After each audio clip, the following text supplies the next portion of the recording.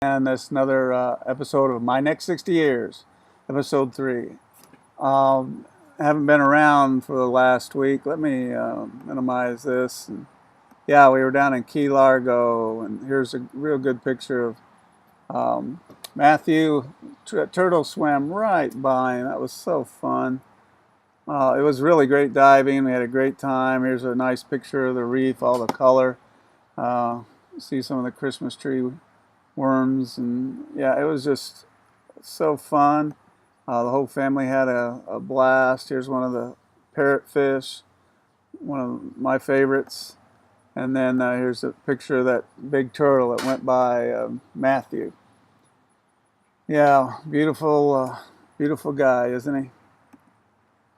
Well, I wanted to stop and take some time to let you know about a tool that I've found I've been using, and it's so I think it's going to be really a positive thing in my life, and I'm going to use it in the full measure experiment.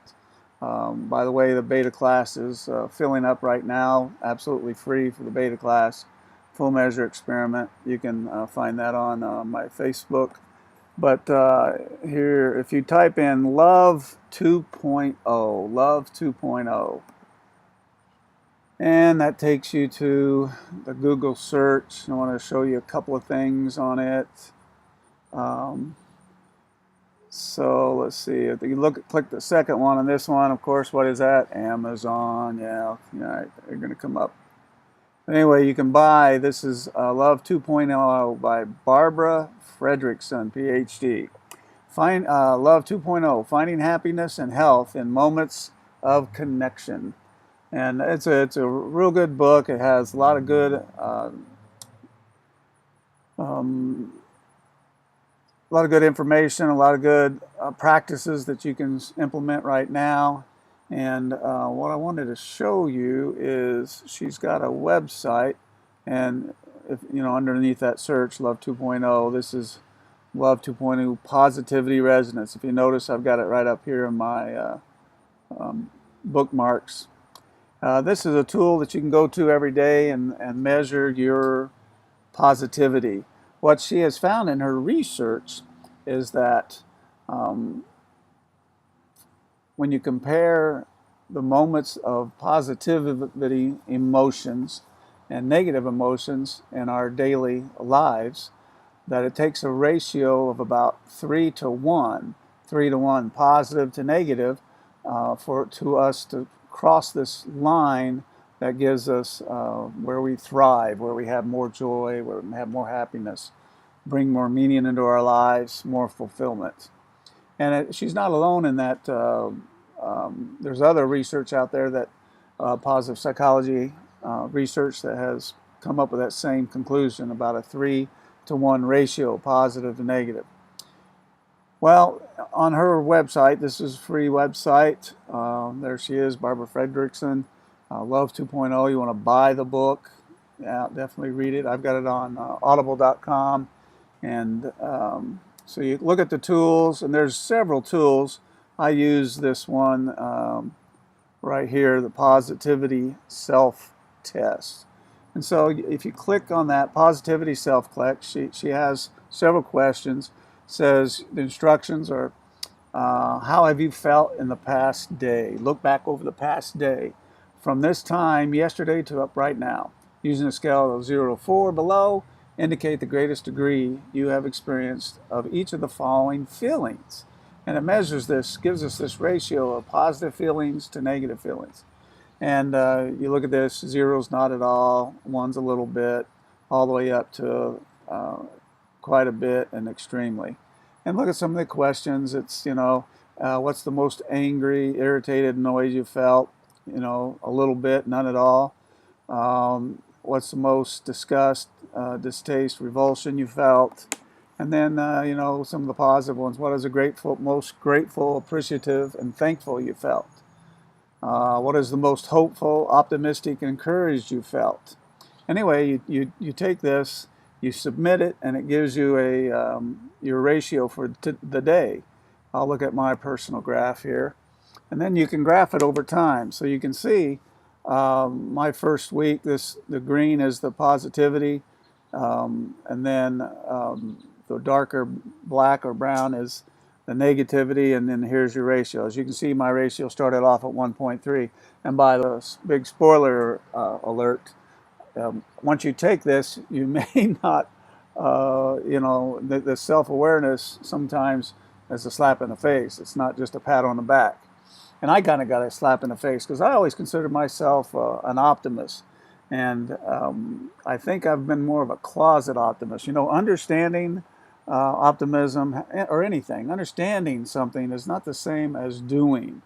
And so I'm using this tool to help me do, to have more happiness, joy, meaning, fulfillment in my life. All right, so as you look at the next one, my ratio went down to 1.1, and then, hey, started coming up 2.7. That's real close to the 3.0 where she says we start to thrive. We have that, we live wholeheartedly. Then the next week, 2, and then this was my first week above 3.0. I had a 3.8, and then this week starting off, I'm down to 2.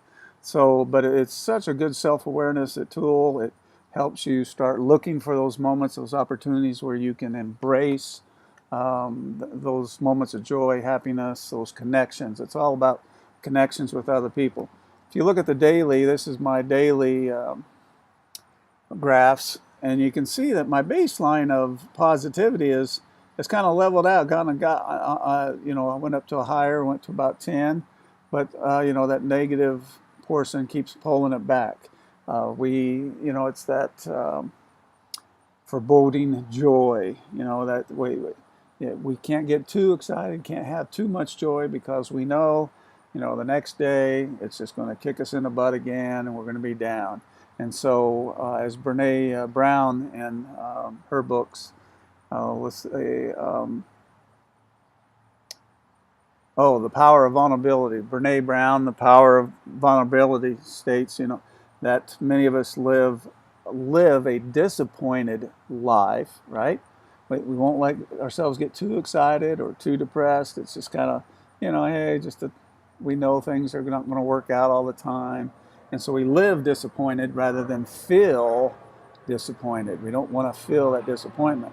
And I've decided to throw that away. I want to grab the most joy I can. And if that means that I have to suffer on some days, then I'll suffer, because that baseline of happiness will increase. And that's what I'm working on, is to get my baseline of happiness up there. If you look at this daily, this one day I had a 5. That's my highest day. My ratio was 5. I had 10, positivity score of 10 and a negativity score of 2. So that gave me a 5 as my ratio.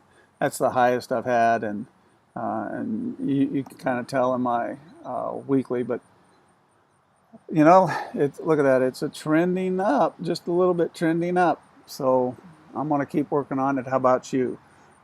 Again, if you're interested in getting in the full measure experiment, it's going to be a 6-week online class where I'm going to facilitate it. It's just going to be lots of fun, and we're going to learn this together. We're going to make some mistakes, but hey, we're going to learn it. The research is out there. All we have to do is figure out how to do it together. All right, so we'll see you next time on my next 60 years.